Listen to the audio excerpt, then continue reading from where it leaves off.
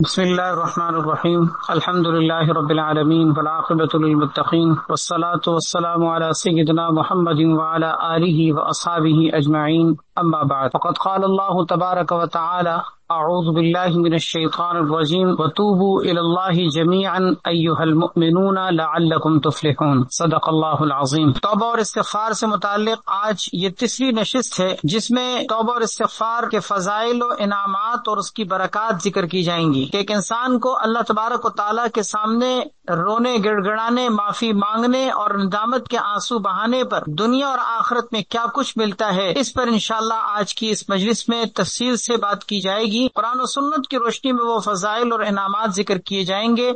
اللہ تبارک و تعالیٰ سے دعا ہے کہ اللہ حقین سننے کی، سمجھنے کی اور ہم سب کو اس پر عمل پیرا ہونے کی توفیق عطا فرمائے. توبہ کرنے والے کی سب سے بڑی اور اہم فضیلت یہ ہے کہ اللہ تبارک و تعالیٰ کا انسان محبوب بن جاتا ہے. اللہ تعالیٰ اس سے محبت کرتے ہیں اور یہ بہت بڑا انعام انسان کو نصیب ہوتا ہے جس کو ہم کہتے ہیں اللہ تعالیٰ کی محبوبیت کا شرف انسان کو نصیب ہوتا ہے. کیا مطلب کہ اللہ تعالیٰ کا وہ محبوب بن جاتا ہے. حالانکہ آپ سوچئے کہ گناہ کر کے انسان اللہ کا مبغوث تھا، یعنی ناپسندیدہ، اللہ کے قہر و غضب کا مستحق تھا، لیکن ایک توبہ کیا کی، زندگی کو پلٹنے کا ارادہ کیا کیا کہ آن کے آن میں 1 منٹ توبہ سے پہلے وہ اللہ کا مبغوض و ناپسندیدہ تھا، 1 منٹ کے بعد اس کی حیثیت اتنی بدل چکی ہے کہ اب وہ اللہ کا ولی بن گیا ہے، اللہ کا محبوب بن گیا ہے. اللہ قرآن میں ارشاد فرما رہے ہیں کہ میں اپنے ایسے بندے سے محبت کرتا ہوں جو توبہ کرتا ہے. سورہ بقرہ کی آیت نمبر 222 ہے، ان اللہ یحب التوابین و یحب المتطہرین. اللہ تبارک و تعالی ان لوگوں سے محبت کرتے ہیں جو اللہ کی طرف کثرت سے توبہ کے ذریعے سے رجوع کرتے ہیں، اور ان لوگوں سے بھی محبت کرتے ہیں جو خوب پاکی کا اور طہارت کا اہتمام کرتے ہیں. اس کا مطلب یہ کہ جو خوب کثرت سے توبہ کرنے والے اور خوب پاکی کا طہارت کا اہتمام کرنے والے ہوں وہ اللہ کے محبوب ہیں.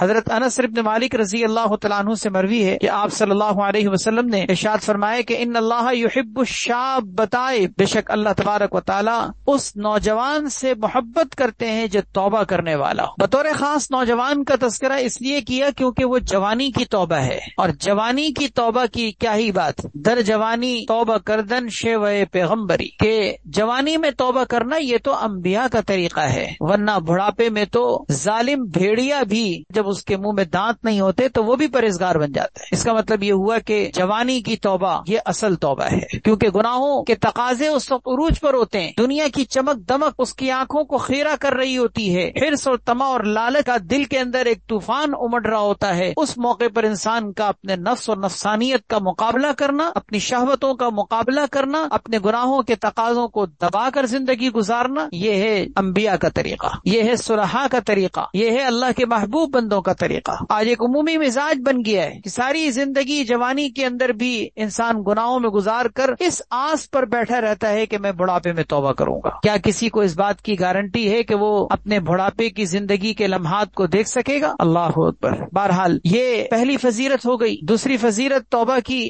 یہ ہے کہ اس توبہ اور استغفار کی برکت سے عذاب الہی ٹل جاتا ہے. اللہ تبارک و تعالیٰ کے عذاب کے سلسلے رک جاتے ہیں. قرآن کریم میں اللہ تعالیٰ نے سورہ انفال کے اندر وعدہ کیا ہے کہ اللہ تعالیٰ توبہ کرنے والوں اور استغفار کرنے والوں پر عذاب نازل نہیں کرتے. سورہ انفال کی آیت ہے، آیت نمبر 33، وَمَا كَانَ اللَّهُ لِيُعَذِّبَهُمْ وَأَنْتَ فِيهِمْ. اے پیغمبر، اللہ ایسا نہیں ہے کہ ان کو اس حالت میں عذاب دے گا کہ آپ ان کے درمیان موجود ہوں، یعنی آپ کے ہوتے ہوئے اس امت پر عذاب نہیں آئے گا. دوسرا، اللہ تعالیٰ اس حالت میں بھی ان کو عذاب نہیں دیں گے جبکہ وہ استغفار کر رہے ہیں. اس کا مطلب استغفار کرتے ہوئے اللہ کا عذاب نہیں آتا. یہی وجہ ہے کہ اگر کہیں عذاب کے آثار پیدا ہونے لگیں، کوئی طوفان کی خبریں آنے لگیں، سیلاب کی خبریں آنے لگیں، زلزلوں کی پیشن گوئیاں کی جا رہی ہوں، تو اس موقع پر کیا کہا جاتا ہے؟ اس موقع پر ایک ہی بات کہی جاتی ہے کہ بھئی اللہ سے توبہ کرو، استغفار کرو، کیونکہ ہمیں پتہ ہے ہم چاہے ایمان لانے کے بعد جتنے فسق و فجور اختیار کرنے والے بن جائیں اور جتنے ہی گئے گزرے ہوں، لیکن ہر مومن اس حقیقت کو جانتا ہے کہ عذاب الہی کے اگر آثار نمایاں ہونے لگیں تو اس موقع پر اگر بچنے کا طریقہ ہے تو ایک ہی طریقہ ہے کہ اللہ سے توبہ کی جائے. چنانچہ اس وقت کیا ہوتا ہے؟ مسجدوں سے اذانیں دی جا رہی ہوتی ہیں، توبہ کی جا رہی ہوتی ہے،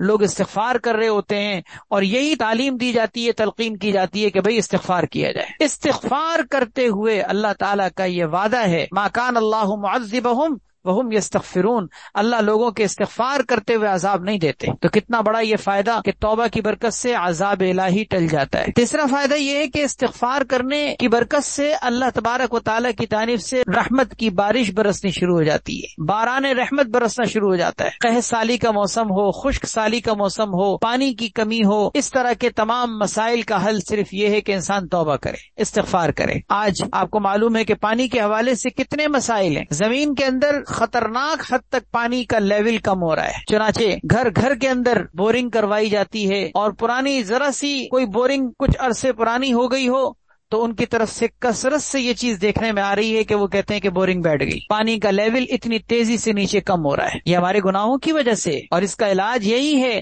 کہ ہم توبہ کریں، ہم ان گناہوں کو اپنی زندگی سے نکالیں کہ جن گناہوں کی وجہ سے یہ عذاب، یہ نحوست اور یہ پھٹکار ہم پر پڑ رہی ہے۔ کیونکہ ایسے تھوڑی اللہ تبارک و تعالیٰ نے دنیا کو تو ہمارے فائدے کے لیے بنایا، لیکن اگر اس دنیا کے اندر قدرت کے ان تمام مظاہر کے اندر اگر کہیں ہمیں کوئی تنگی محسوس ہو رہی ہے، اگر کوئی ہمیں کمی محسوس ہو رہی ہے، تو وہ در حقیقت ہمارے گناہوں کا نتیجہ ہے، اس پر استغفار کرنے کی ضرورت ہے۔ بہرحال استغفار کی یہ بہت بڑی فضیلت کے باران رحمت برسنا شروع ہو جاتا ہے۔ قرآن کریم اللہ تعالیٰ نے حضرت ہود علیہ السلام کا قصہ نقل کرتے ہوئے ارشاد فرمایا ہے کہ انہوں نے اپنی قوم کو، کیونکہ قحط سالی میں مبتلا ہوئی تھی، خشک سالی کا شکار ہوئی تھی، انہوں نے اپنی قوم کو یہ دعوت دیتے ہوئے ارشاد فرمایا، یا قوم استغفروا ربکم ثم توبوا الیہ، اے میری قوم اپنے پروردگار سے اپنے گناہوں پر معافی مانگو، توبہ کرو، یرسل السماء علیکم مدرارا، وہ تم پر آسمان سے موسلا دھار بارشیں برسائے گا۔ حضرت نوح علیہ السلام کے بھی اسی طرح کے الفاظ قرآن کریم کے اندر موجود ہیں۔ سورہ نوح میں اللہ تعالیٰ نے ارشاد فرمایا کہ حضرت نوح علیہ السلام نے کس طرح اپنی قوم کو دعوت دی، اور دعوت دیتے ہوئے ان کے یہ الفاظ بھی نقل کیے گئے ہیں، استغفروا ربکم انہ کان غفارا، اپنے پروردگار سے معافی مانگو، یقین جانو کہ وہ ضرور تمہاری مغفرت کرے گا، یرسل السماء علیکم مدرارا، وہ تم پر آسمان سے خوب کثرت سے بارشیں برسائے گا۔ آج بھی اگر بارش نہ ہو، خشک سالی ہو، قحط سالی ہو، زمین سوکھ رہی ہو، خشک سالی کی وجہ سے پیداوار کے اندر کمی ہو رہی ہو، تو ایسی صورت میں کیا کہا جاتا ہے؟ یہی نا کہ صلاۃ الاستسقاء پڑھی جائے، اللہ رب العزت سے مانگا جائے، توبہ کی جائے، استغفار کیا جائے۔ کیوں؟ اس لیے کہ ہمیں پتہ ہے کہ اس خشک سالی کا حل صرف اور صرف اللہ سے مانگنے میں ہے۔ چوتھی فضیلت استغفار کرنے کی یہ ہے کہ اس کی برکت سے اللہ تعالیٰ مال میں بھی اور اولاد میں بھی ترقی عطا فرماتے ہیں۔ چنانچہ حضرت نوح علیہ السلام نے قرآن کریم میں وہ جو دعوت کے الفاظ ان کے ذکر کیے گئے ہیں، اس میں آگے جا کر یہ بھی ارشاد فرمایا کہ تم اپنے رب سے استغفار کرو، نتیجے میں تمہیں اللہ تعالیٰ کیا دیں گے؟ یمددکم باموال وبنین، اللہ تعالیٰ تمہارے مال میں بھی ترقی دیں گے، تمہاری اولاد میں بھی ترقی دیں گے۔ مال میں بھی ترقی، اولاد میں بھی ترقی اس بات پر منحصر ہے کہ انسان اپنے گناہوں پر توبہ کرنا سیکھ لے۔ مال میں بھی کمی کیوں آتی ہے؟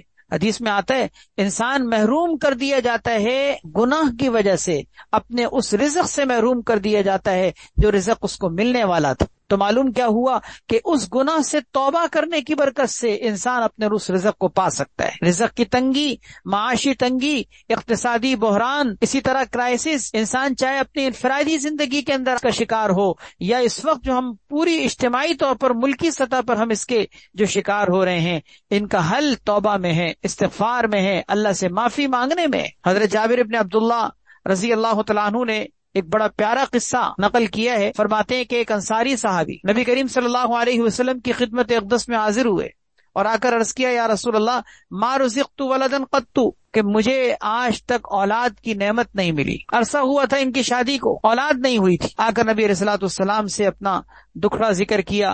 آپ صلی اللہ علیہ وسلم نے ارشاد فرمایا، فَأَيْنَ أَنْتَ مِنْ كَثْرَةِ الْإِسْتِغْفَارِ وَكَثْرَةِ الصَّدَقَةِ تُرْزَقُ بِهِمَا، کہ تم کہاں پیچھے رہ گئے کثرت سے استغفار کرنے سے، اور کہاں تم پیچھے رہ گئے کثرت سے صدقہ کرنے سے، کہ یہ دونوں کام تم کیوں نہیں کرتے ہو کہ ان کی برکت سے تمہیں اللہ کی جانب سے رزق دیا جائے اور تمہیں اولاد مل جائے۔ یعنی آپ نے دو باتوں کی ترغیب دی، ایک کثرت سے استغفار کرنا اور ایک کثرت سے صدقہ خیرات کرنا۔ راوی کہتے ہیں کہ ان صحابی نے جا کر دونوں کاموں کی کثرت شروع کر دی، اس کی برکت سے اللہ تعالیٰ نے ان کو 9 اولاد نرینہ عطا فرمائی۔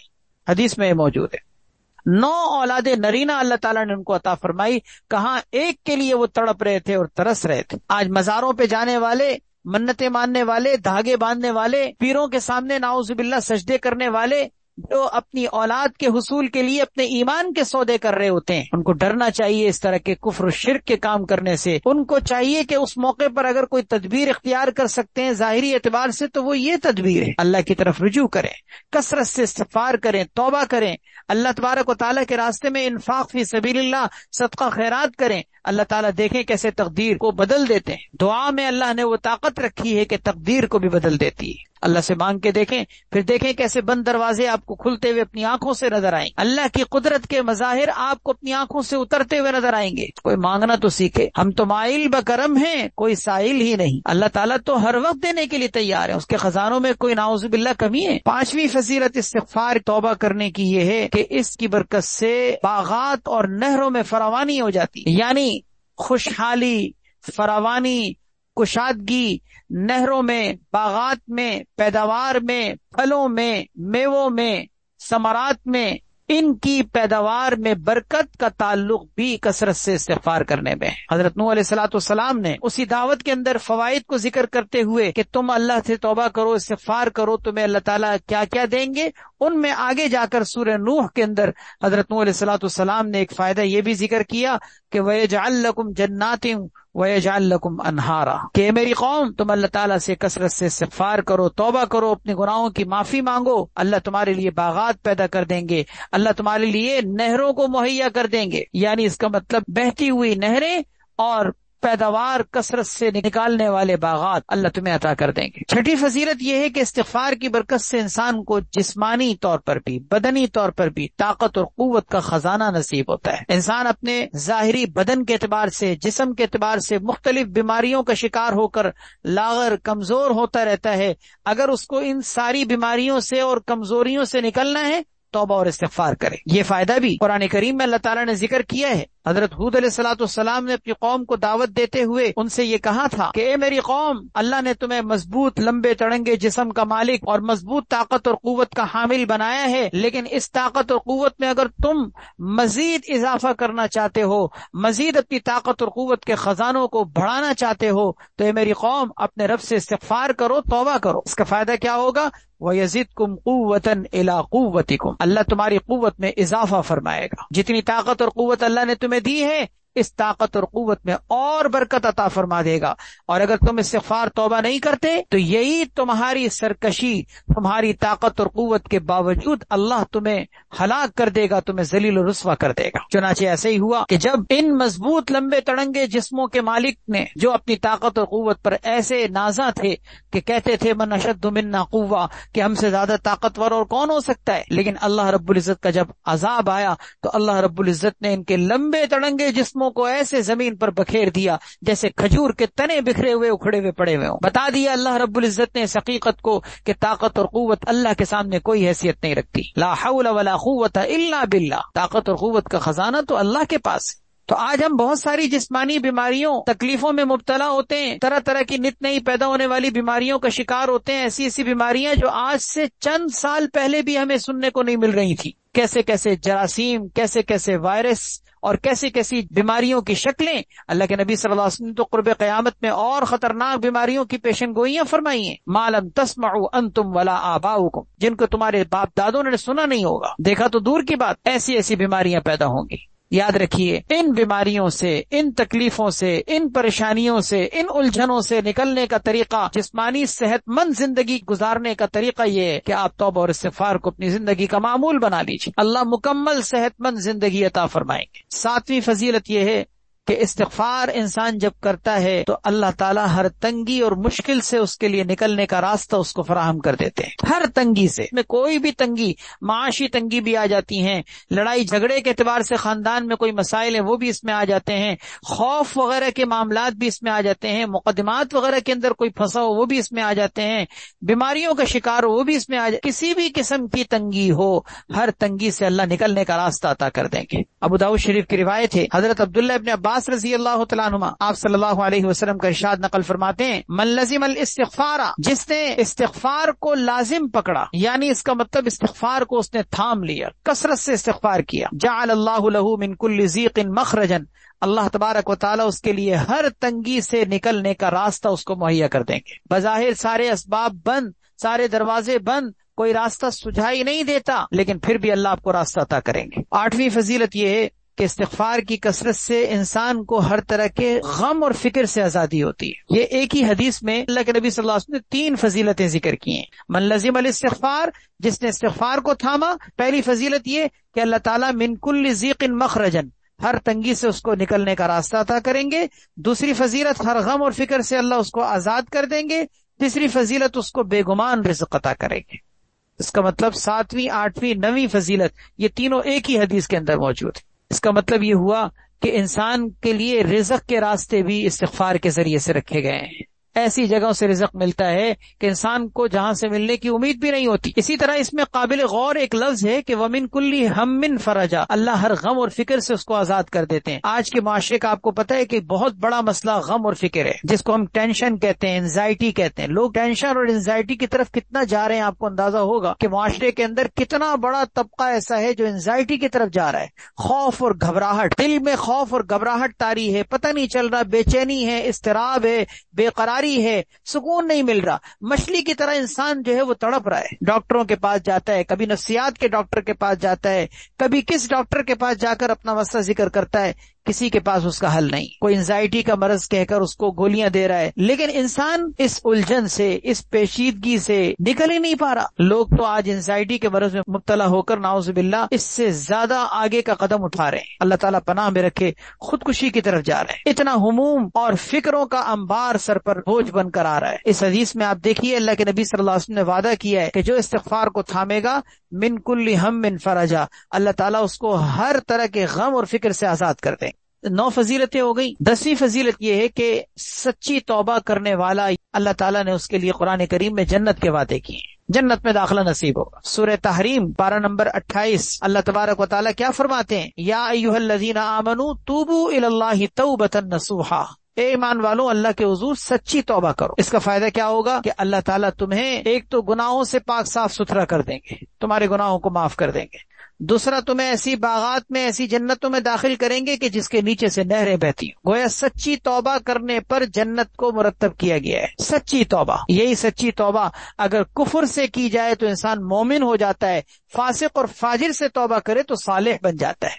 11ویں فضیلت یہ ہے کہ انسان کی زندگی اس استغفار کی برکت سے پر لطف خوشگوار ہو جاتی ہے، دوسرے الفاظ میں مزیدار ہو جاتی ہے۔ زندگی انسان انجوائے کر رہا ہوتا ہے، زندگی کا لطف انسان کو نصیب ہوتا ہے، زندگی کی بہاریں انسان کو نصیب ہوتی ہیں۔ قرآن کریم میں اللہ تبارک و تعالیٰ نے ارشاد فرمایا، حضرت ہود علیہ السلام کا قول کہ انہوں نے اپنی قوم کو استغفار کی دعوت دیتے ہوئے فرمایا کہ ان استغفروا ربکم ثم توبوا الیہ یمتعکم متاعا حسنا، کہ تم اپنے رب سے استغفار کرو، اپنے گناہوں پہ شرمندگی کے ساتھ معافی مانگو، توبہ کرو، یمتعکم متاعا حسنا، وہ تمہیں ایک خاص مقررہ وقت تک زندگی سے اچھا لطف اٹھانے کا موقع دے گا۔ خاص مقررہ وقت تک کا مطلب یہ کہ زندگی کا بھی ظاہر ہے کہ ایک اینڈ ہوتا ہے، ہمیشہ کے لیے تو نہیں نا۔ ایک انسان استغفار کرے، توبہ کرے، زندگی کی بہاریں اس کو نصیب ہو جائیں گی، زندگی کا لطف انسان کو نصیب ہوگا، لیکن ایک خاص وقت تک۔ جب موت آئے گی سارے مزے ختم، اب انسان کے لیے دار آخرت منتقل ہونا ہے۔ تو ہر زندگی کا مزہ، ہر زندگی کا عیش وہ ایک خاص لمٹ تک ہے۔ فرمایا کہ تم اپنے رب سے استغفار کرو، تمہیں زندگی کا لطف اٹھانے کا اللہ تعالیٰ موقع دے گا۔ یمتعکم متاعا حسنا الی اجل مسمی۔ 12ویں فضیلت یہ ہے کہ اللہ تعالیٰ نے استغفار کرنے والوں کے ساتھ اس بات کا وعدہ کیا ہے کہ جو استغفار کرے گا اللہ اس کو معاف کر دیں گے، یعنی اس دعا کے قبول کرنے کا اللہ کی طرف سے وعدہ ہے۔ ایک روایت میں تو آتا ہے کہ اللہ نے اپنے اوپر یہ بات لازم کر لی ہے کہ اللہ تعالیٰ معافی مانگنے والوں کو معاف کریں گے۔ طبرانی کی روایت ہے، نبی کریم صلی اللہ علیہ وسلم نے ارشاد فرمایا کہ جس نے گناہ کیا اور وہ اس حقیقت کو جانتا ہو کہ اللہ ہر چیز پر قادر ہیں، اگر عذاب دینا چاہیں تو عذاب دے سکتے ہیں، معاف کرنا چاہیں تو معاف کر سکتے ہیں، وہ اس حقیقت کو جانتا ہو تو اللہ تعالیٰ نے اپنے اوپر لازم کر لیا ہے کہ اللہ اس کی مغفرت کر دیں گے۔ کان حقا علی اللہ ان یغفر لہ، اللہ تعالیٰ نے اپنے اوپر اس بات کو لازم کر لیا ہے کہ اللہ اس کی مغفرت کرے۔ حضرت عبداللہ ابن مسعود رضی اللہ تعالیٰ عنہ کا ارشاد ہے، فرماتے ہیں کہ التوبۃ النصوح تکفر کل سیئۃ، سچی توبہ انسان کے ہر گناہ کو مٹا دیتی ہے۔ پھر انہوں نے اس بات کو ثابت کرنے کے لیے قرآن کی آیت پڑھی، یہ وہی آیت جو میں نے بھی سورہ تحریم کی آپ کے سامنے پڑھی ہے، عسیٰ ربکم ان یکفر عنکم سیئاتکم، اللہ تعالیٰ تمہارے گناہوں کو معاف کر دیں گے۔ تو اس کا مطلب یہ ہوا کہ التوبۃ النصوح تکفر کل سیئات، سچی توبہ ہر گناہ کو مٹا دیتی ہے، چاہے انسان کتنا بڑا پاپی کیوں نہ ہو، کتنا بڑا گناہگار کیوں نہ ہو، اس کے گناہوں نے آسمان و زمین کے فاصلوں کو بھر دیا ہو، ایسے گناہ کے کائنات میں کسی نے نہ کیا ہوں جس سے انسانیت بھی دہل جائے، جس سے انسانیت بھی شرما جائے، ایسے اندوہناک گناہ جس کا کرنے والا اللہ کی رحمت سے مایوس ہونے کی طرف چلا گیا ہو، لیکن اللہ تبارک و تعالی نے وعدہ کیا ہے کہ تم سچی توبہ کرو، میں تمہارے سارے گناہوں کو معاف کر دوں گا۔ اس لیے کہ گناہوں کی کثرت چاہے کتنی کیوں نہ ہو، کتنے ہی گناہ کیوں نہ ہو، اللہ کی رحمت کے سامنے ان کی کوئی حیثیت نہیں۔ اللہ کی رحمت ہر چیز سے زیادہ وسیع اور کشادہ ہے۔ پیارے نبی صلی اللہ علیہ وسلم نے کیا پیارے الفاظ توبہ کے ایک صحابی کو سکھائے جو اپنے گناہوں سے بہت زیادہ پریشان تھے، اور آپ صلی اللہ علیہ وسلم کے پاس آئے تھے۔ آپ صلی اللہ علیہ وسلم نے ان سے یہ کلمات پڑھوائے، اور وہ کلمات کیا؟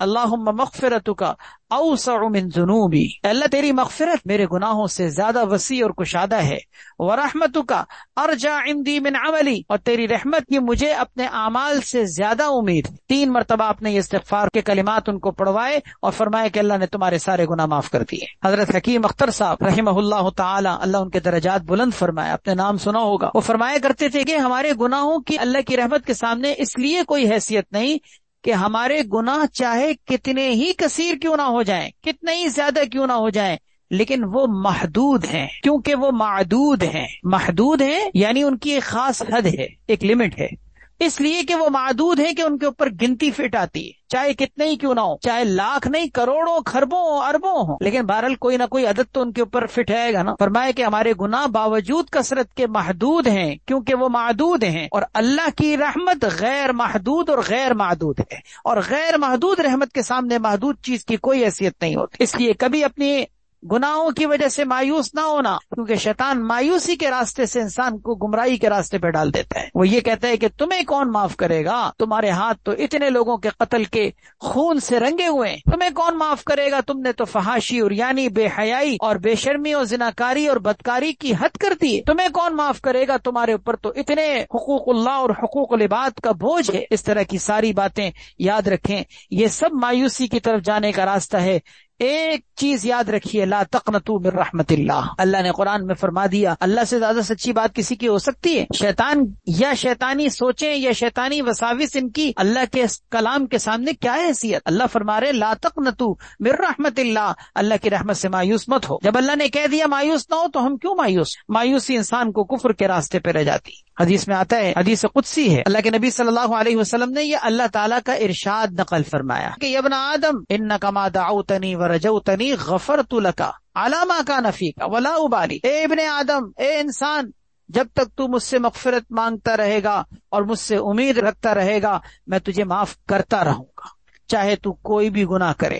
مجھے کسی کی کوئی پرواہ نہیں کہ کس کو مجھے جواب دینا ہے، کہ میں معاف کر دوں اور کوئی مجھ سے آ کے پوچھ سکے کہ کیوں معاف کیا، مجھے کسی کی پرواہ نہیں ہے، میں کسی کا جواب دے نہیں ہوں۔ پھر فرمایا یا ابن آدم لو بلغت ذنوبک عنان السماء، اے ابن آدم، اے انسان، اگر تیرے گناہ آسمان کی بلندیوں کو پہنچ جائیں پھر بھی تو مجھ سے آ کر استغفار کرے، مغفرت مانگے، میں تجھے معاف کر دوں گا، مجھے کسی کی پرواہ نہیں، مجھے کسی کا جواب نہیں دینا، کوئی مجھ سے نہیں پوچھ سکتا کہ میں نے اتنے گناہ کیوں معاف کیے۔ کیا عجیب جملہ ہے، اللہ اکبر۔ اس کے بعد اسی حدیث میں تیسرا جملہ سنیے، یا ابن آدم انک لو اتیتنی بقراب الارض خطایا، اے انسان، اے ابن آدم، اگر تو ساری زمین بھر کر خطائیں اور گناہ لے کر مجھ سے آ کر ملے، لیکن اس حالت میں ملے کہ تو میرے ساتھ کسی کو شریک نہ ٹھہراتا ہو، میں ساری زمین بھر کر تیرے ساتھ مغفرت کے خزانوں کے ساتھ ملاقات کروں گا۔ اللہ اکبر، اللہ اکبر۔ کوئی گناہ آپ بول تو سوچے کہ کوئی ساری زمین بھر کر گناہ کر سکتا ہے، لیکن فرمایا اگر تو ساری زمین بھر دے گناہوں سے، پھر بھی اگر تو مجھ سے اس حالت میں آ کر ملاقات کرے کہ تو میرے ساتھ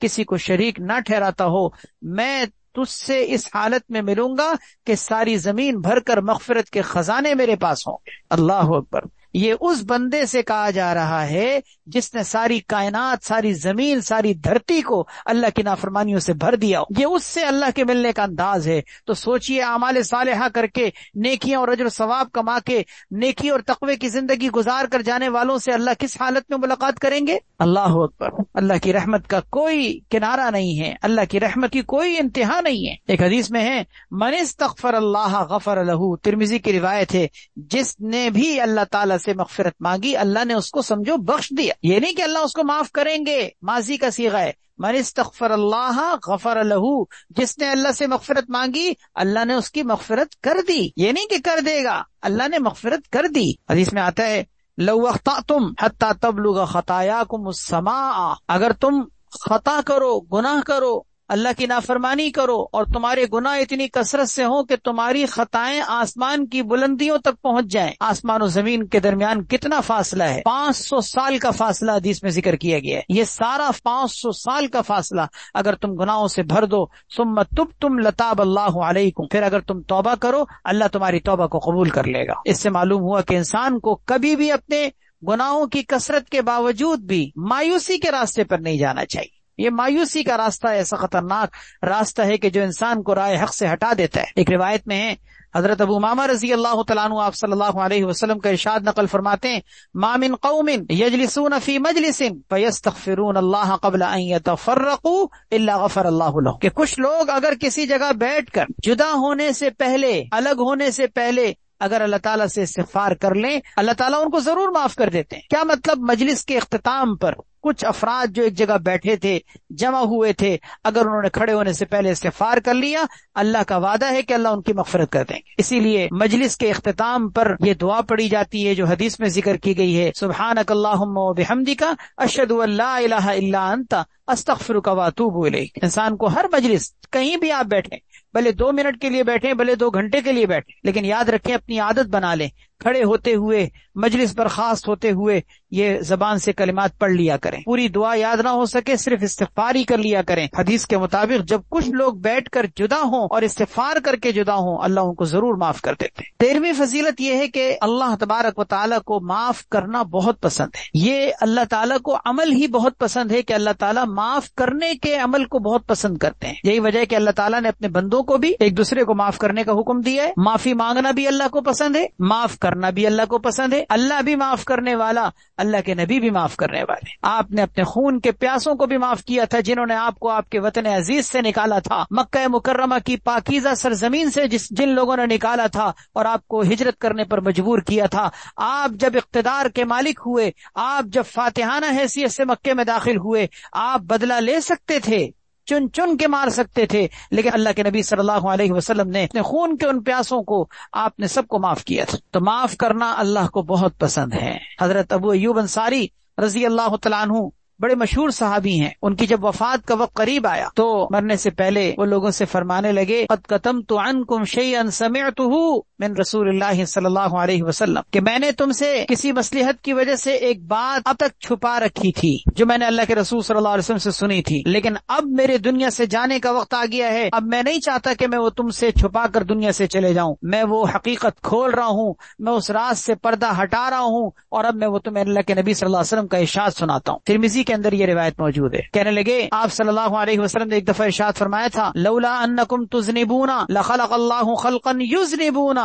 فیغفر لهم، اگر تم گناہ کرنا چھوڑ دو اور سب کے سب گناہوں کو بالکل ہمیشہ کے لیے ترک کر دو اور گناہ کرنا ہی بند کر دو تو اللہ تعالیٰ ایک ایسی مخلوق کو پیدا فرمائیں گے جو گناہ کرے گی اور پھر معافی مانگے گی، اللہ تعالیٰ ان کو معاف کرے گی، کیونکہ اللہ تعالیٰ کو معافی مانگنے والے بندے پسند ہیں. اگر تم گناہ کرنا چھوڑ دو گے تو پھر معافی مانگنا بند کر دو گے، اس کا مطلب یہ کہ اللہ تعالیٰ تو اس بات کو پسند کرتے ہیں تو اللہ ایسی مخلوق کو پیدا کرے، کیونکہ اللہ کو یہ عمل پسند ہے. اللہ کو یہ عمل پسند ہے کہ بندہ اس کے سامنے روئے گڑ گڑائے معافی مانگے کہ یا اللہ مجھ سے گناہ ہو گیا. لیکن یاد رکھیے اس حدیث کا یہ مطلب نہیں ہے کہ ہم اس کی وجہ سے گناہ پر جری ہو جائیں اور جان بوجھ کر گناہ کرنے لگیں یہ سوچ کر کہ اللہ تعالیٰ کو معافی مانگنا پسند ہے لہذا چلو گناہ کرتے ہیں پھر توبہ کریں گے اللہ کو منائیں گے. نہیں نہیں نہیں، یاد رکھیے یہ حدیث کا ہرگز مطلب نہیں.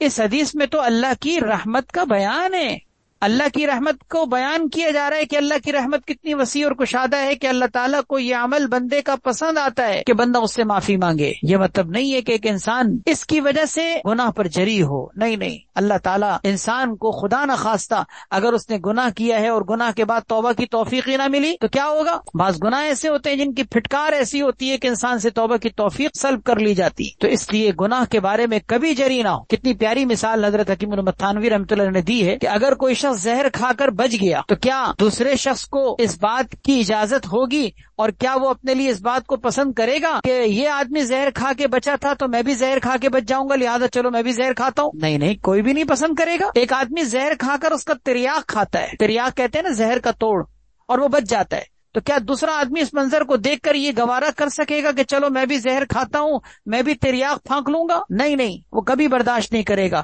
کیونکہ ہو سکتا ہے وہ بچ گیا میں نہ بچ سکوں۔ تو اسی طرح اگر کسی شخص کو اس طرح کی حدیثوں کی وجہ سے دھوکا ہوتا ہے اور وہ یہ سمجھتا ہے کہ اللہ تعالیٰ تو معاف کرنے والے ہیں، چلو آؤ گناہ کرتے ہیں، تو یہ ایسا ہی ہے کہ کوئی جان بوجھ کر گھڑے میں چھلانگ لگائے یہ سوچ کر کے فلاں گرا تھا وہ بچ گیا تھا، چلو میں بھی گروں گا میں بھی بچ جاؤں۔ ہوتا ہے نا، حادثے ہوتے ہیں، خدا نہ خواستہ کوئی گاڑی جو ہے وہ کسی پہاڑی سے لڑک جائے، کوئی کھائی میں گر جائے اور لوگ اس کے اندر حیرت انگیز معجزانہ طور پر بچ جائیں، تو کیا وہاں سے دوسرے گاڑی گزارنے والے کیا اس جگہ سے اپنی گاڑی کو گرا سکتے ہیں یہ سوچ کر کے فلاں لوگ بچے تھے چلو ہم بھی گرتے ہیں ہم بھی بچیں گے؟ نہیں، یہ کوئی جری ہونے والی بات ہے، یہ تو اللہ تعالیٰ کی قدرت کا کرشمہ ہے۔ اسی طرح یاد رکھیے گناہ کرنے کی چیز نہیں، گناہ ہو جائے تو انسان اللہ تعالیٰ سے معافی مانگے۔ 14ویں فضیلت یہ ہے کہ توبہ کرنے والے سے اللہ تعالیٰ خوش ہوتے ہیں، اور کتنا خوش ہوتے ہیں، اللہ اکبر۔ کسی شخص کی اگر سواری گم ہو جائے نا، اور وہ سواری اسباب اور وسائل اور ساز و سامان سے لدی ہوئی ہو، اور پھر انسان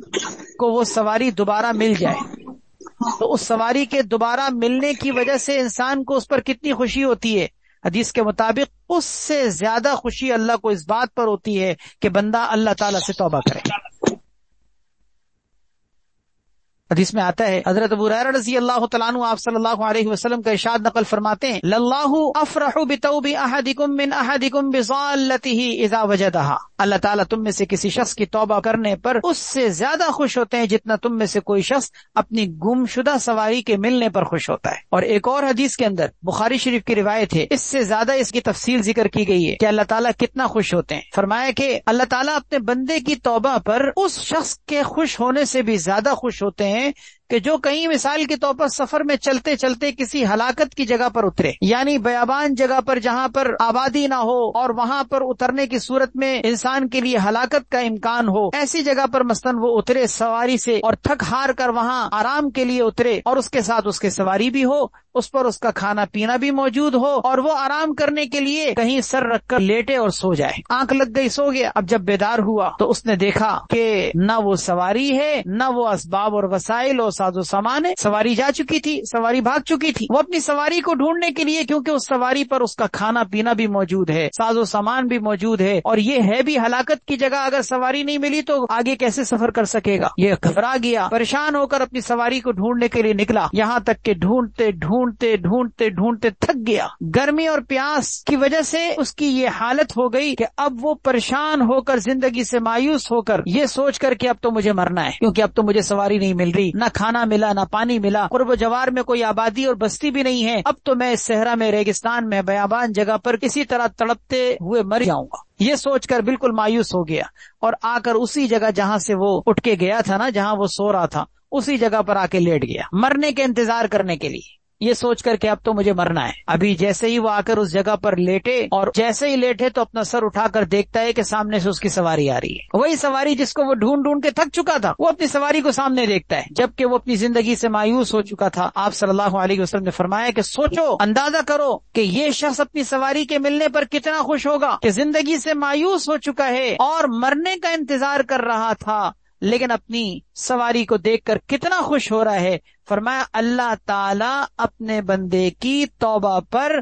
اس سے زیادہ خوش ہوتے ہیں جتنا یہ اپنی سواری کے ملنے پر خوش ہوتا ہے۔ یہ بخاری شریف کی روایت، اور صحیح مسلم میں اس شخص کی شدت کا عالم یہ ذکر کیا گیا ہے کہ خوشی کی شدت اس کی یہ کہ جب اس کی سواری ملی تو وہ سواری اتنا ملنے پر خوش ہوا کہ اس نے اٹھ کر اس سواری کی لگام کو پکڑا اور خوشی کے مارے زبان سے یوں کہنے لگا، اللہم انت عبدی وانا ربک۔ غور کیجئے گا الفاظ پر، اللہم انت عبدی وانا ربک، یعنی اس نے زبان سے یوں کہا کہ اے اللہ تو میرا بندہ ہے، میں تیرا رب ہوں۔ حالانکہ کہنا کیا چاہیے تھا؟ اللہم انت ربی وانا عبدک کہنا چاہیے تھا نا، کہ اللہ تو میرا رب ہے، میں تیرا بندہ ہوں۔ لیکن خوشی کے مارے اس نے کہنا کچھ تھا، زبان سے کچھ نکل رہا ہے۔ ہوتا ہے نا بعض اوقات انسان بہت زیادہ خوش ہو تو زبان بھی انسان کی پھسل رہی ہوتی ہے، سبقت کر رہی ہوتی ہے، بولنا کچھ چاہ رہا تھا نکل کچھ رہا ہے۔ آپ صلی اللہ علیہ وسلم نے فرمایا کہ اس کی خوشی کی شدت کو ذرا سوچو کہ خوشی کے مارے اس کی زبان پھسل رہی ہے، اتنا خوش ہے۔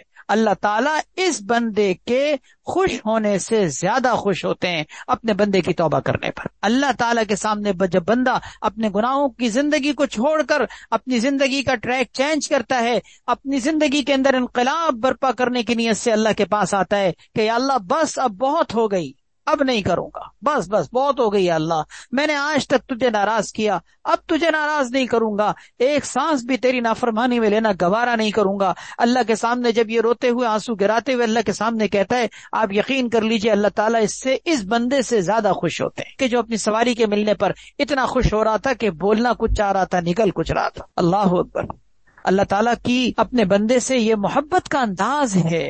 کیوں؟ اس لیے کہ اللہ تعالیٰ اپنے بندوں کو کامیاب کرنا چاہتے ہیں۔ اللہ تعالیٰ نہیں چاہتے ہمیں دوزخ میں ڈالنا۔ اللہ نے دوزخ اس لیے نہیں بنائی کہ اپنے بندوں کو اس میں بھر دیں، اللہ تعالیٰ اپنے بندوں کو کامیاب کرنا چاہتے ہیں۔ بندہ ہی سرکشی اور بغاوت پر اتر آئے تو پھر کیا حل ہے؟ اب یہ اللہ تعالیٰ کی خوشی کا جو انداز، اللہ تعالیٰ کی خوشی کا جو یہ عالم، آپ سوچئے ذرا، تو ہمیں کیا ایسا نہیں کرنا چاہیے کہ جس چیز سے اللہ خوش ہو ہم وہ کام کریں، دن رات ہم کریں؟ جس سے اللہ خوش ہوتے ہیں وہ کام تو ہمیں کثرت سے کرنا چاہیے، کیونکہ یہ ہمارے رب، ہمارے پیدا کرنے والے، ہمارے پروردگار، ہمارے خالق اور مالک کی رضا، اس کی خوشنودی اور اس کی خوشی کا باعث ہے۔ اللہ کو خوش کرنے کے لیے، اللہ کو راضی کرنے کے لیے اپنی زندگی کے اندر توبہ اور استغفار کو شامل کر لیجیے۔ حدیث قدسی میں آتا ہے، انا عند ظن عبدی بی، میں اپنے بندے کے ساتھ ویسا ہی معاملہ کرتا ہوں جیسا وہ میرے ساتھ گمان کرتا ہے، میں اس کے ساتھ ہوتا ہوں جب وہ مجھے یاد کرتا ہے۔ اس کے بعد پھر آپ صلی اللہ علیہ وسلم نے ارشاد فرمایا، اللہ تبارک و تعالی زیادہ خوش ہوتے ہیں اس بات سے کہ تم میں سے کوئی شخص توبہ کرے، اور اتنا خوش ہوتے ہیں کہ جتنا کہ کوئی شخص اپنی بیابان جگہ پر، کسی جنگل میں بیابان جگہ میں کوئی اپنی سواری گم ہونے کے بعد اس کو پالے۔ پھر آگے فرمایا کہ جو شخص میرے ایک بالش میرے قریب آتا ہے میں ایک ہاتھ اس کے قریب آتا ہوں، جو ایک ہاتھ میرے قریب آتا ہے میں 2 ہاتھ اس کے قریب آتا ہوں، جو چل کر آتا ہے میں اس کی طرف دوڑ کر آتا ہوں۔ یہ حدیث قدسی ہے۔ آپ سوچئے کہ کیا اللہ کی محبت کا انداز کہ بندہ چل کر آ رہا ہے، اللہ دوڑ کر آ رہے ہیں، بندہ ایک بالش آ رہا ہے، اللہ ایک ہاتھ آ رہے ہیں، بندہ ایک ہاتھ آ رہا ہے، اللہ 2 ہاتھ آ رہے ہیں۔ کیا مطلب؟ بندہ توبہ کے ساتھ اللہ کی طرف آ کر تو دیکھے۔ حضرت حکیم اختر صاحب رحمہ اللہ تعالی، اللہ تبارک و تعالی ان کے درجات بلند فرمائے، کہنے لگے، بڑی پیاری بات، ان کی ہر بات ہی نرالی ہوتی تھی، اللہ ان کے درجات بلند فرمائے، کہ کہنے لگے، تم میں سے کسی نے اس بچے کو دیکھا ہے کہ جو بچہ نیا نیا چلنا سیکھ رہا ہو اور گرتا پڑتا ہو، چلنا نہیں آتا، چلنے کی کوشش کرتا ہے، 1 قدم بڑھاتا ہے پھر گر جاتا ہے، 1-2 قدم چلتا ہے پھر گر جاتا ہے، تو اس کو ماں باپ جب اس کو چلنے کے لیے کہتے ہیں تو اس کا مطلب کیا ہوتا ہے کہ تم چلنے کی کوشش کرو۔ بچہ ڈرتا ہے کہ نہیں، میں دیوار پکڑ کے چل رہا ہوں، میں ہاتھ چھوڑ کے نہیں چل سکتا، مجھے دیوار پکڑ کے چلنا آتا ہے ابھی، تو باپ کہتا ہے، ماں کہتی ہے کہ نہیں، تم آؤ تو صحیح، تم آؤ تو صحیح، 2 قدم چلو تو صحیح۔ حضرت فرماتے ہیں کہ وہ بچہ کوشش کر کے 1 قدم 2 قدم بڑھتا ہے، وہ گرنے لگتا ہے، ماں آ کے اس کو تھام لیتی ہے، ماں آ کے اس کو تھام لیتی ہے، کیونکہ ماں کو پتا ہے کہ یہ بچہ میں گرنے نہیں دوں گی۔ اچھا، بچے کو بھی اس بات سے خود اعتمادی اور کانفیڈینس پیدا ہوتا ہے، بچہ کہتا ہے کہ ٹھیک ہے، مجھے میری ماں پکڑے گی نا تو ٹھیک ہے، وہ کوشش کر کے پھر 2 قدم چلتا ہے، پتا ہے اس کو میں گروں گا لیکن یہ بھی پتا ہے کہ میری ماں مجھے پکڑ لے گی۔ پر میں بالکل اسی طرح سمجھ لو، بندے کا بھی اپنے رب کے ساتھ معاملہ ہوتا ہے۔ بندہ گناہوں والی زندگی سے توبہ کر کے جب اللہ کی طرف آتا ہے نا، لڑکتے ہوئے قدموں کے ساتھ آتا ہے، گرتے پڑتے ہوئے آتا ہے، لیکن اللہ اس کے لڑکتے ہوئے قدموں سے اس کو گرنے نہیں دیتے، اللہ آگے بڑھ کر اس کو تھامتے ہیں، اپنی رحمت کی آغوش میں اس کو ڈھانپتے ہیں، اللہ تعالیٰ اس کو اپنی رحمت کے سینے سے لگا لے، کیونکہ اللہ 70 ماؤں سے زیادہ محبت کرنے والے۔ اللہ کی محبت کا کیا عالم، ایک ماں کی محبت کی دنیا میں کوئی مثال نہیں دی جا سکتی۔ مانتا جو ہوتی ہے وہ جانور کی بھی اپنے بچوں سے ہوتی ہے، کس طرح اپنے بچوں کے پیدا ہونے سے پہلے وہ گھونسلہ بناتی ہے، اس انڈوں کو کیسے سینکتی ہے، سردی گرمی اور دھوپ سے کیسے بچاتی ہے، بارش سے کیسے بچاتی ہے، اور پھر وہی ماں پرندے کی ہو چاہے وہ درندے کی ہو، جب تک بچہ نہ ہو کوئی اس کو ہوش کرے بھگا سکتا ہے، لیکن اگر بچہ دے دے تو بچہ دینے کے بعد اس کے قریب کوئی آ کے دکھائے، کہتے ہیں نا، کتیا جس نے بچے دیے ہوں اس سے خود بٹ کے رہنا چاہیے، کیونکہ وہ اپنے بچوں کے اوپر آنے والے کسی قدم کو برداشت نہیں کر سکتی۔ ویسے کتے کو آپ ہوش کریں، پتھر ماریں، وہ بھاگے گی، لیکن اگر آپ کسی کتیا کو جس کے ساتھ اس نے بچے دیے ہوں اور ان کی وہ پرورش کر رہی ہو، آپ ہوش تو کر کے دیکھیں ذرا، ماں کی مامتا ایسی ہے، قربان جائیے اللہ تبارک و تعالیٰ کی رحمت پر، اللہ کی محبت پر 70 ماؤں سے زیادہ وہ رب جو محبت کرتا ہے اس کا اپنے بندوں کے ساتھ محبت کا کیا عالم ہوتا ہو۔ اللہ ہم سب کو اس محبت کو محسوس کرنے کی توفیق عطا فرمائے۔ ہم کہاں گناہوں کی گندگی میں پڑے ہوئے ہیں، اتنا پیارا رب، اتنی محبت کرنے والا رب، اس سے انسان کا دور ہو کر محروم ہو کر زندگی گزارنا یہ بہت بڑی محرومی اور شقاوت ہے۔ ایک حدیث میں آتا ہے، حدیث قدسی ہے، مسند احمد کی روایت ہے، یا ابن آدم قم الیہ امشی الیک، اے ابن آدم، اے انسان، تو میری جانب آنے کے لیے کھڑا تو ہو جا، میں تیری طرف خود چل کر آؤں گا۔ وامشی الیہ، تو میری طرف چل کر تو آ، میں تیری طرف دوڑ کر آؤں گا۔ اللہ اکبر۔ حضرت ابو علی رحمۃ اللہ علیہ ایک بڑے مشہور بزرگ گزرے، وہ فرماتے ہیں کہ اللہ تعالیٰ نے حضرت داؤد علیہ السلام کی طرف وحی بھیج کر ارشاد فرمایا کہ انین المذنبین احب الیہ من صراخ الصدیقین، گناہگاروں کی آہوزاری، گناہگاروں کی آہو بکا، ان کا جو رونا گڑگڑانا ہے مجھے صدیقین کی آوازوں سے زیادہ محبوب، مجھے صدیقین کی آوازوں سے زیادہ محبوب ہے۔ کیا مطلب؟ کہ گناہگار جو آہ آہ کرتے ہیں، آہو بکا کرتے ہیں، گریہ وزاری کرتے ہیں، اللہ کے سامنے رونے گڑگڑانے کو اختیار کرتے ہیں، اللہ کو ان کی یہ گڑگڑاہٹ، اللہ کو ان کی یہ گریہ وزاری اتنی پسند کہ فرمائے کہ مجھے صدیقین کی آوازوں سے زیادہ ایسی آواز محبوب ہے۔ اللہ اتنے خوش ہوتے ہیں توبہ سے۔ 14 فضیلتیں ہو گئیں۔ 15ویں فضیلت یہ ہے کہ استغفار کرنا یہ میرے پیارے محبوب سرکار دو عالم نبی کریم صلی اللہ علیہ وسلم کی سنت ہے، اور جو چیز آپ صلی اللہ علیہ وسلم کی سنت ہو، آپ کو پسند ہو، آپ کا طریقہ ہو، وہ ہر امت کو اختیار کرنا چاہیے۔ خود نبی کریم صلی اللہ علیہ وسلم حالانکہ گناہوں سے بخشائے تھے، ہر طرح کے صغیرہ اور کبیرہ گناہوں سے اللہ رب العزت نے آپ کو معصوم بنا دیا، آپ کو معصوم پیدا کیا، لیکن اس کے باوجود آپ کے استغفار کا عالم یہ تھا کہ آپ صلی اللہ علیہ وسلم کے بارے میں حدیث میں موجود ہے کہ آپ نے ایک دفعہ ارشاد فرمایا کہ اللہ کی قسم کھا کر فرمایا میں دن میں 70 سے زیادہ مرتبہ اللہ تعالیٰ سے استغفار کرتا ہوں۔ حضرت ابو ہریرہ رضی اللہ عنہ فرماتے ہیں کہ میں نے نبی کریم صلی اللہ علیہ وسلم سے زیادہ کسی شخص کو ان کلمات کے پڑھتے ہوئے نہیں دیکھا۔ کون سے کلمات؟ بڑے پیارے کلمات ہیں، آپ صلی اللہ علیہ وسلم بہت کثرت سے پڑھتے تھے، ان کو سن لیں اور یاد کریں اور پڑھا کریں۔ چھوٹا سا استغفار ہے، استغفر اللہ واتوب الیہ، استغفر اللہ واتوب الیہ، استغفر اللہ واتوب الیہ، استغفر اللہ واتوب الیہ۔ آپ کو کثرت سے استغفار کرنا ہو، یعنی اپنی تعداد استغفار کی بڑھانی ہو، تو یہ چھوٹا سا استغفار یاد کر لیجئے، اس کو پڑھا کریں۔ حضرت ابو ہریرہ رضی اللہ عنہ فرما رہے ہیں میں نے آپ صلی اللہ علیہ وسلم سے زیادہ ان کلمات کو پڑھتے ہوئے کسی کو بھی نہیں دیکھا، اتنی کثرت سے آپ پڑھتے تھے۔ لیکن آپ سوچیں ذرا، کیا اللہ کے نبی صلی اللہ علیہ وسلم گناہوں سے بخشائے نہیں تھے؟ لیغفر لک اللہ ما تقدم من ذنبک وما تاخر، قرآن کریم میں اللہ تعالیٰ نے آپ کے اگلے پچھلے سارے گناہوں کی معافی کا اعلان بھی کر دیا ہے۔ ایک تو معصوم بھی پیدا ہوئے، دوسرا آپ کے اگلے پچھلے سارے گناہوں کی مغفرت کی بشارت بھی سنا دی گئی، لیکن پھر بھی حالت یہ تھی کہ آپ سب سے زیادہ استغفار کرنے والے تھے۔ حضرت اغر مزنی رضی اللہ تعالیٰ عنہ ایک صحابی ہیں، آپ صلی اللہ علیہ وسلم کا ارشاد نقل فرماتے ہیں کہ انہ لیغان علی قلبی، میرے دل میں پردہ آ جاتا ہے بعض اوقات۔ پردہ آنے کا مطلب کہ جب میں مخلوق کے ساتھ اٹھتا بیٹھتا ہوں تو بعض اوقات میرے دل میں پردہ آ جاتا ہے، اس کے تدارک کے لیے، اس کے ازالے کے لیے میں اللہ تعالیٰ سے ہر دن 100 مرتبہ استغفار کرتا ہوں۔ ایک اور روایت میں آپ صلی اللہ علیہ وسلم نے ارشاد فرمائے کہ اے لوگوں، اللہ تعالیٰ سے توبہ کرو، میں بھی دن میں 100 مرتبہ توبہ کرتا ہوں، 100 مرتبہ۔ اللہ اکبر۔ حضرت حذیفہ رضی اللہ تعالیٰ عنہ فرماتے ہیں کہ میں اپنے گھر والوں کے معاملے میں زبان کے اعتبار سے کچھ تیز تھا۔ ایک دفعہ میں نے اپنا یہ مسئلہ جا کر حضور صلی اللہ علیہ وسلم سے ذکر کیا کہ یا رسول اللہ، مجھے ڈر ہے کہ کہیں یہ زبان مجھے جہنم میں داخل نہ کر دے۔ آپ صلی اللہ علیہ وسلم نے فرمایا فَأَيْنَ أَنْتَ مِنَ الْإِسْتِغْفَارِ، اے حذیفہ تم استغفار کرنے سے کہاں پیچھے رہ گئے؟ یہ کیوں نہیں کرتے کہ استغفار پڑھا کرو؟ چنانچہ انی لا استغفر اللہ فی اليوم 100 مرہ، آپ صلی اللہ علیہ وسلم نے فرمایا کہ میں خود بھی تو دن میں 100 مرتبہ استغفار کرتا ہوں، تم بھی کیا کرو۔ اس کا مطلب یہ کہ بعض اوقات انسان کی کوئی بری عادت ہوتی ہے زندگی کے اندر، بعض اوقات کوئی انسان غصے کا تیز ہوتا ہے، کسی کی زبان کا معاملہ ہوتا ہے، کسی کے ساتھ اور کوئی مسئلہ ہوتا ہے۔ ہر انسان کی زندگی میں کچھ نہ کچھ ایسے ویک پوائنٹس ہوتے ہیں، انسان کو کثرت سے استغفار کرنا چاہیے۔ ایک تو اپنی اصلاح کرنی چاہیے، اپنی ان خصلتوں کو، بری عادتوں کو چھوڑنا چاہیے،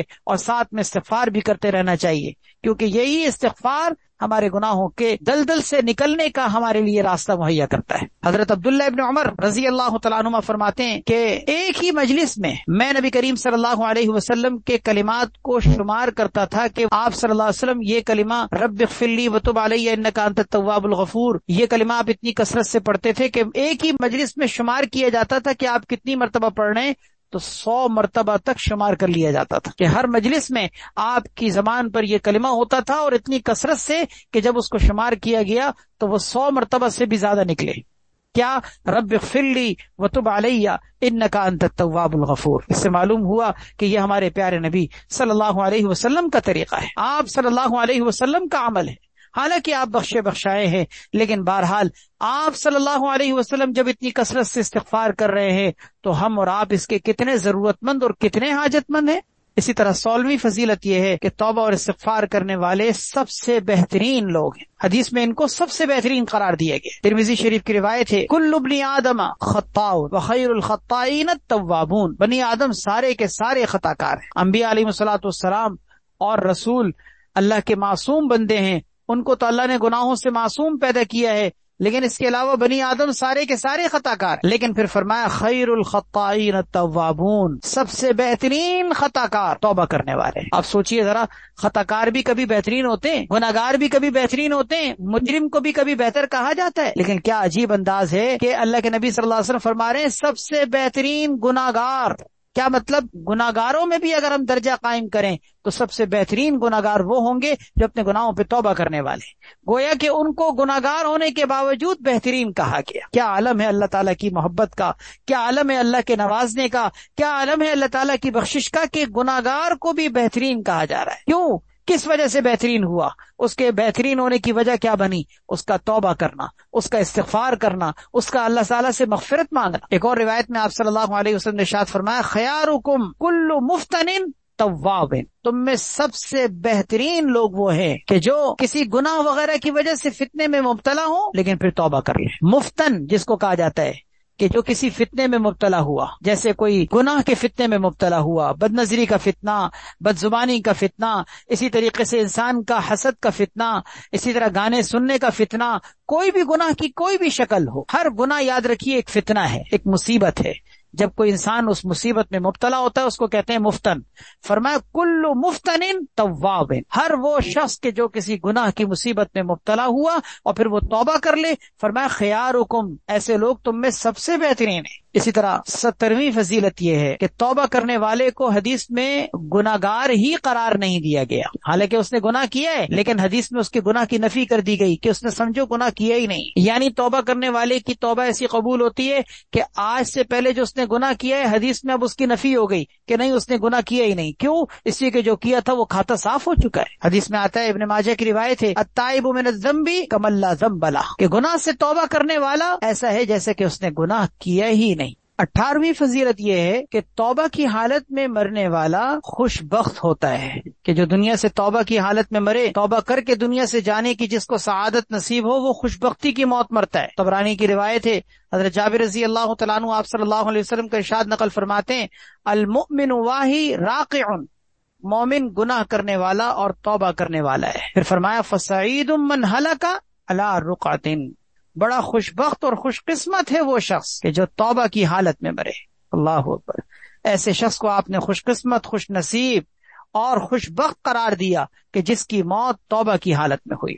19ویں فضیلت یہ ہے کہ توبہ کی برکت سے دل صاف ہو جاتا ہے. انسان کا دل گناہوں کی وجہ سے ظلمت کدہ بن جاتا ہے. گناہوں کی وجہ سے انسان کے دل پر ظلمتوں کے بادل چھا جاتے ہیں. انسان کا دل سیاہ ہونے لگتا ہے اور یہ سیاہی بڑھتی جاتی ہے. لیکن حدیث کے مطابق جب انسان توبہ کرتا ہے یہ ساری سیاہی، یہ ساری ظلمتیں، یہ ساری تاریکیاں چھٹ جاتی ہیں اور انسان کا دل، انسان کا قلب صاف ستھرا ہو جاتا ہے. حدیث میں آتا ہے، ترمذی شریف کی روایت ہے، ان العبد اذا اخطأ خطیئۃ نکتت فی قلبہ نقطۃ سوداء، بے شک جب بندہ گناہ کرتا ہے تو اس کے دل میں ایک سیاہ نقطہ، ایک سیاہ ڈاٹ لگ جاتا ہے. پھر جب وہ گناہ سے الگ ہو کر استغفار و توبہ کرتا ہے اس کا دل صاف ستھرا ہو جاتا ہے. فَإِذَا هُوَ نَزَعَ وَاسْتَغْفَرَ وَتَابَ ثُقِلَ قَلْبُهُ، اس کا قلب سیقل ہو جاتا ہے، اس کا قلب صاف ستھرا ہو جاتا ہے. لیکن اگر وَإِنْ عَادَ، اگر دوبارہ وہ گناہ کی طرف لوٹے، زِيدَ فِيهَا، تو اس کے اندر یہ سیاہی مزید بڑھ جاتی ہے کیونکہ اس نے توبہ نہیں کی، گناہ پر گناہ کرتا گیا تو وہ سیاہی پر سیاہی بڑھتی چلی جاتی ہے، سیاہی پر سیاہی کی تہ چڑھتی چلی جاتی ہے،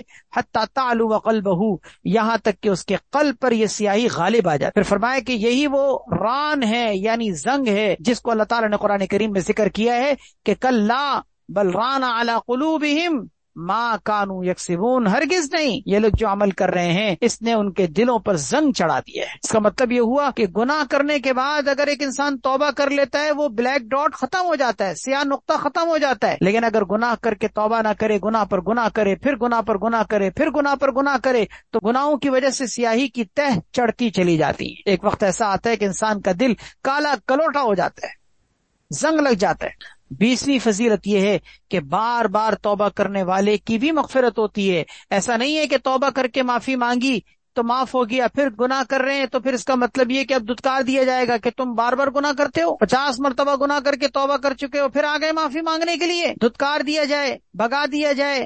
ایسا نہیں ہے، اللہ کے دربار کے یہ آداب ہرگز نہیں ہے۔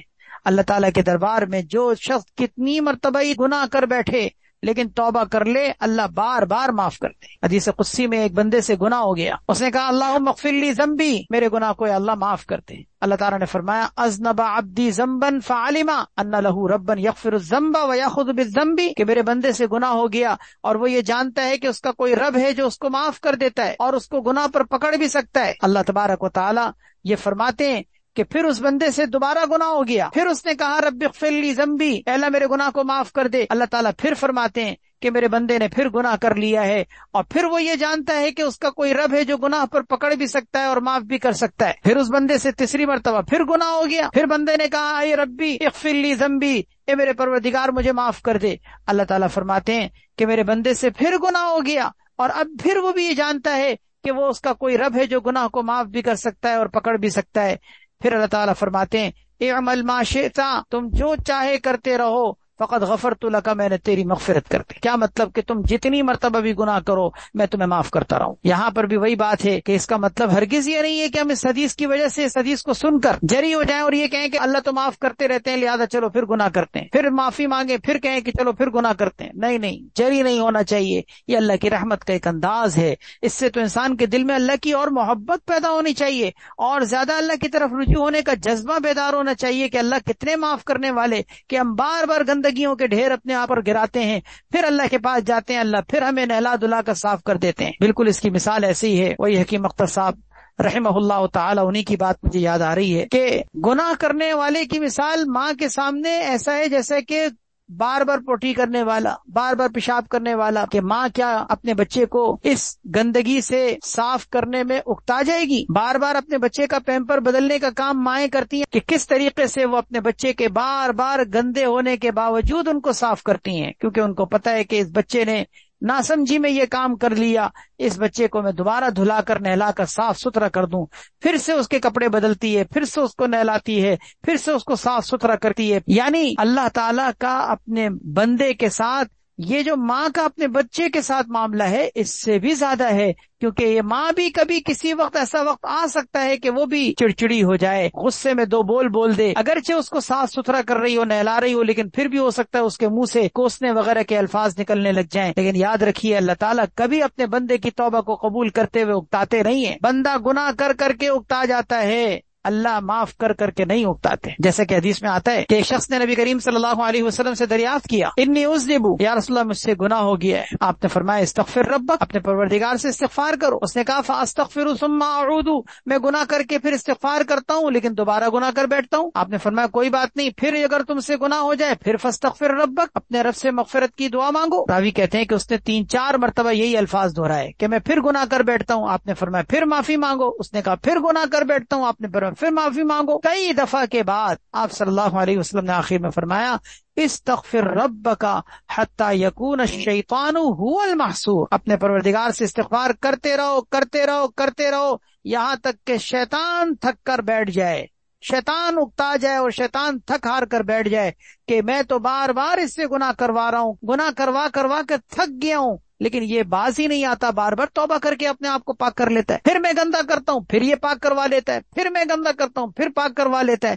فرمایا استغفر ربک حتی یکون الشیطان هو المحسور، اپنے رب سے استغفار کرو یہاں تک کہ شیطان خود ہی تھک ہار کر بیٹھ جائے، شیطان تھک جائے لیکن تم نہ تھکو، تم توبہ کرنے سے نہ تھکو۔ اسی طرح کے ایک اور ارشاد میں کیا عجیب بات آپ صلی اللہ علیہ وسلم نے ذکر کی ہے، سیدنا صدیق اکبر رضی اللہ تعالیٰ عنہ آپ صلی اللہ علیہ وسلم کا یہ ارشاد نقل فرماتے ہیں کہ ما اصر من استغفر جس نے استغفار کیا، جس نے توبہ کی، اس نے گناہ پر اصرار ہی نہیں کیا، اس نے گناہ کو بار بار کیا ہی نہیں ہے، اگرچہ دن میں وہ 70 مرتبہ ہی کیوں نہ گناہ کر بیٹھے، لیکن اگر ہر مرتبہ وہ آ رہا ہے، توبہ کر رہا ہے، تو اس کا مطلب اس نے گناہ پر اصرار نہیں کیا۔ اصرار کا مطلب ہوتا ہے بار بار کسی کام کو کرنا، تو اگرچہ دن میں 70 مرتبہ اس نے گناہ کیا ہے، لیکن حدیث کے مطابق ما اصر، اس نے اصرار نہیں کیا، اس نے گناہ بار بار نہیں کیا، کیونکہ اس نے استغفار کیا ہے۔ اللہ اکبر۔ 20 فضیلتیں ہو گئیں۔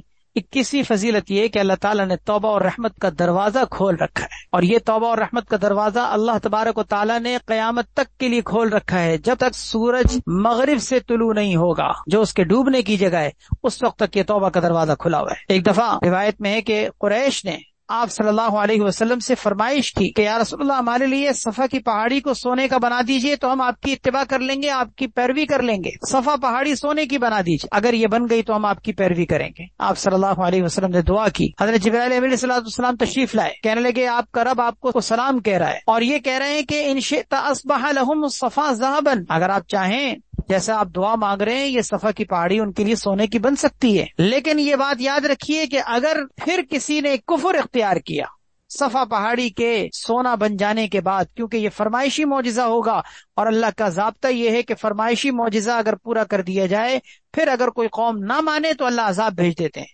تو اللہ تعالیٰ نے فرمایا کہ ہم آپ کے کہنے کے مطابق صفا پہاڑی کو سونے کا بنا دیں گے، لیکن اگر ان میں سے پھر کسی نے کفر کیا تو ان پر میں ایسا عذاب بھیجوں گا کہ جہاں بھر میں ایسا عذاب کسی پر نہیں بھیجا ہوگا۔ اور اگر آپ چاہیں تو دوسرا طریقہ یہ ہے کہ ان کے لیے توبہ اور رحمت کا دروازہ میں کھول دوں، اور وہ کھلا رہے کہ جب بھی ان کو موقع ملے وہ آ کر توبہ کر لیں اور اللہ تبارک و تعالیٰ کے محبوب بندوں میں شامل ہو جائیں۔ آپ صلی اللہ علیہ وسلم نے جب یہ دونوں اختیار سنے تو آپ نے فرمایا بل باب التوبۃ والرحمۃ، نہیں، میں تو یہی چاہتا ہوں کہ توبہ اور رحمت کا دروازہ کھل جائے۔ چنانچہ توبہ اور رحمت کا دروازہ کھلا ہوا ہے۔ حدیث میں آتا ہے للجنۃ ثمانیۃ ابواب، جنت کے 8 دروازے ہیں، 7 دروازے اس میں سے بند ہیں، ایک دروازہ توبہ کا کھلا ہوا ہے، اور یہ اس وقت تک کھلا رہے گا جب تک کہ سورج مشرق کے بجائے مغرب سے طلوع نہ ہو جائے۔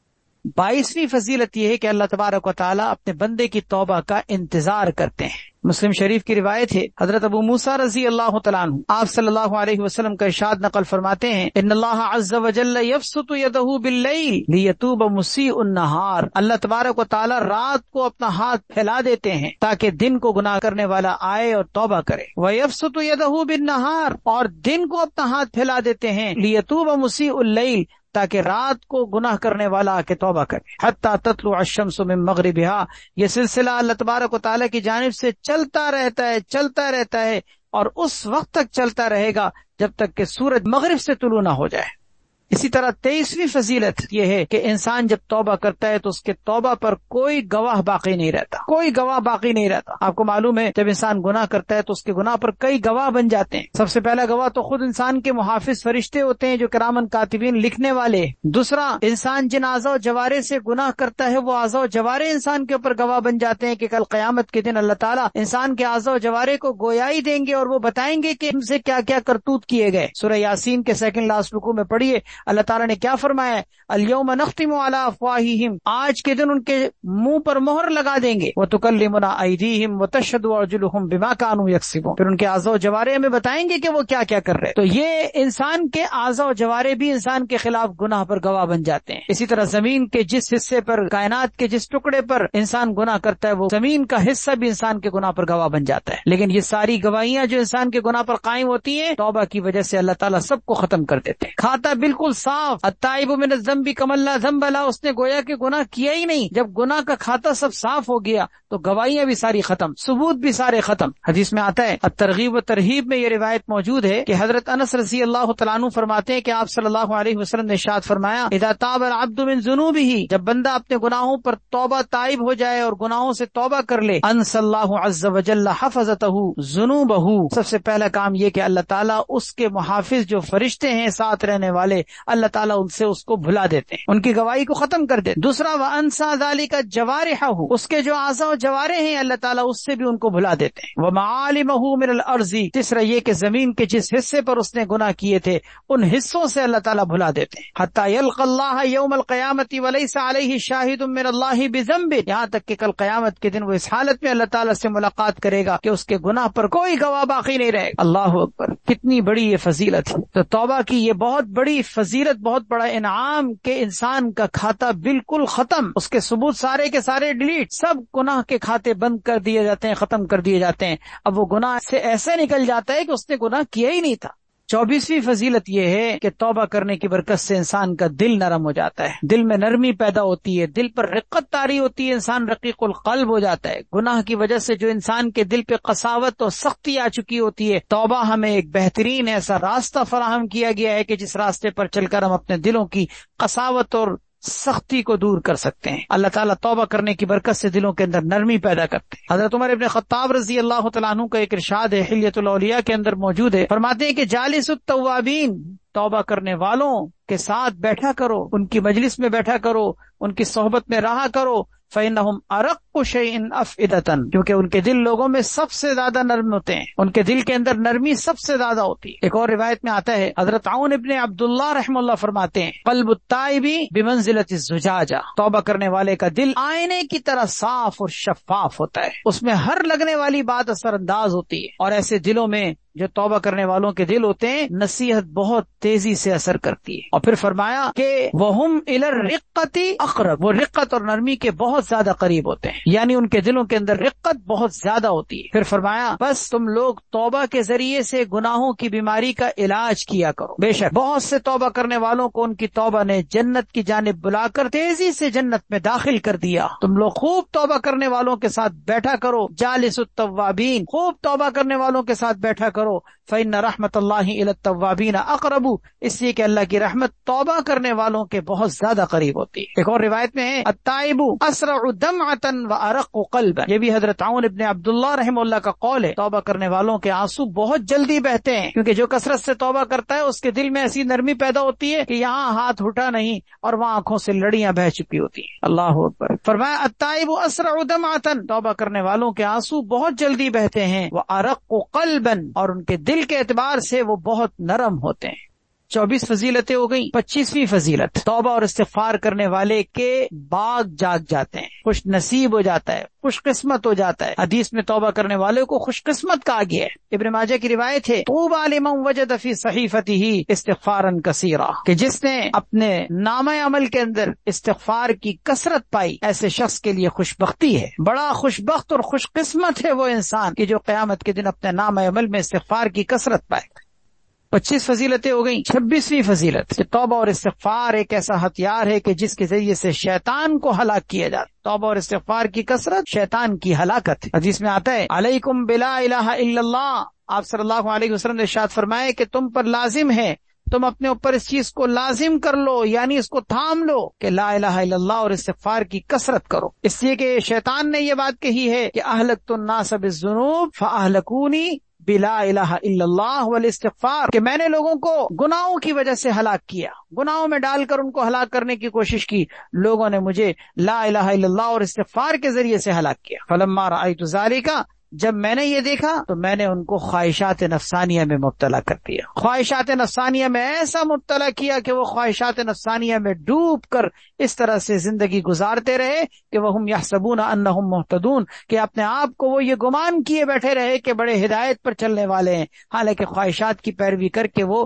غلط راستے پر چل چکے ہوتے ہیں۔ جیسے بدعت کا راستہ ہے، آپ کو پتہ ہے کہ جو بدعت اختیار کرنے والا بدعتی ہوتا ہے، دین میں اپنی طرف سے خود ساختہ من گھڑت خیالات کو دین کی حیثیت سے اختیار کر کے اس پر چل رہا ہوتا ہے، وہ اپنے آپ کو نیکوکار سمجھتا ہے، اجر و ثواب کا حامل سمجھتا ہے، نیکی اور تقوی کے راستے پر گامزن سمجھتا ہے، اور اس کو کوئی روکے ٹوکے سمجھائے منع کرے اور اس کے سامنے اس کو اس کام سے منع کرے تو وہ یہ کہتا ہے کہ میں کوئی گناہ تھوڑی کر رہا ہوں۔ جیسے تیجا کرنے والے، 40واں کرنے والے، برسی منانے والے، سالگرہ کرنے والے، اسی طریقے سے بہت ساری رسمیں رواجی کام جو عبادت کی حیثیت سے کیے جا رہے ہوتے ہیں، فلاں موقع پر حلوے تقسیم کرنا، فلاں موقع پر شربت تقسیم کرنا، فلاں موقع پر حلیم پکانا، اللہ اکبر، اللہ تعالیٰ پناہ میں رکھے، یہ بدعات کے راستے، خواہشات نفسانیہ کے راستے ہیں۔ شیطان یہ کہتا ہے کہ جب میں نے لوگوں کو دیکھا کہ انہوں نے لا الہ الا اللہ اور استغفار کے ذریعے سے انہوں نے مجھے ہلاک کیا، تو میں نے پھر بدلے میں ان کے اوپر ایسا اٹیک کیا کہ وہ جس کو سمجھ بھی نہ سکے، کہ اپنے آپ کو گمان کیے بیٹھے رہے کہ وہ راہ ہدایت پر چل رہے ہیں،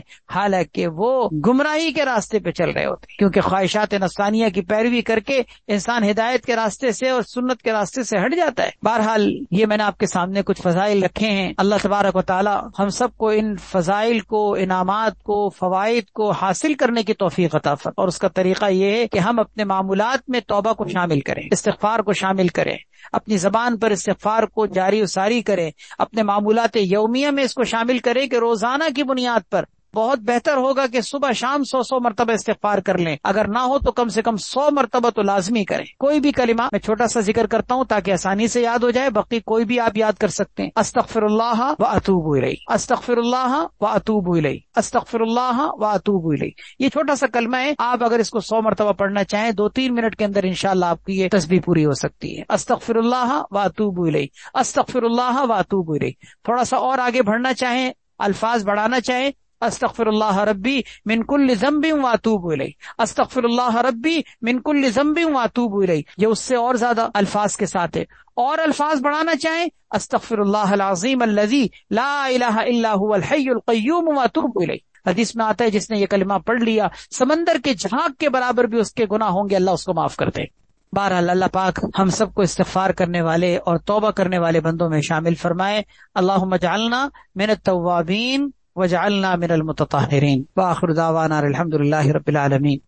الحمد للہ رب العالمین والعاقبۃ للمتقین والصلاة والسلام علی سیدنا محمد وعلی آلہ واصحابہ اجمعین۔ ربنا آتنا فی الدنیا حسنۃ وفی الآخرۃ حسنۃ وقنا عذاب النار۔ رب اغفر وارحم وانت خیر الراحمین۔ رب اغفر لی وتب علی انک انت التواب الغفور۔ یا ارحم الراحمین، اپنے فضل و کرم سے ہم سب کو یا اللہ دنیا آخرت کی ساری خیریں عطا فرما، رحمتیں عطا فرما، برکتیں عطا فرما، بھلائیاں عطا فرما، کامیابیاں عطا فرما، کامرانیاں عطا فرما، فتح و نصرت عطا فرما، خوشیاں عطا فرما، راحت نصیب فرما، اور سب سے بڑھ کر عافیت دارین نصیب فرما، اپنی رضا، اپنی کامل خوشنودی نصیب فرما، اور عافیتوں اور سلامتیوں کا سب سے بڑا ٹھکانہ یا اللہ یعنی جنت الفردوس بغیر کسی حساب کے ہم سب کو نصیب فرما۔ یا اللہ ہم سب کی پریشانیوں کو دور فرما، ہم سب کے مسائل کو حل فرما، ہر طرح کی تنگیوں کو دور فرما، ہر طرح کے مصائب و آلام سے ہم سب کی حفاظت فرما، نت نئی پیدا ہونے والی طرح طرح کی بیماریوں سے ہم سب کی حفاظت فرما، ہم سب کو اپنے توبہ کرنے والے بندوں اور بندیوں میں شامل فرما، اپنے استغفار کرنے والے بندوں اور بندیوں میں شامل فرما، مغفرت اور بخشش کے طلبگار بندوں میں شامل فرما۔ یا اللہ ہماری اس مجلس کو قبول فرما، اس محفل میں یا اللہ جو شوق اور محبت کے ساتھ، عقیدت کے ساتھ یا اللہ اپنی اصلاح اور تربیت کی نیت لے کر ارادے سے آتے ہیں، یا اللہ سب کے آنے کو اپنی بارگاہ میں قبول و منظور فرما، سب کو ان کی یا اللہ تمام جتنی نیک تمنائیں ہیں، نیک حاجتیں ہیں، نیک تقاضے ہیں، ان میں کامیابیاں نصیب فرما، سب کے گھروں میں رحمتیں اور برکتیں نازل فرما۔ سبحان ربک رب العزت عما یصفون وسلام علی المرسلین والحمد للہ رب العالمین۔ آمین آمین آمین برحمتک یا ارحم الراحمین۔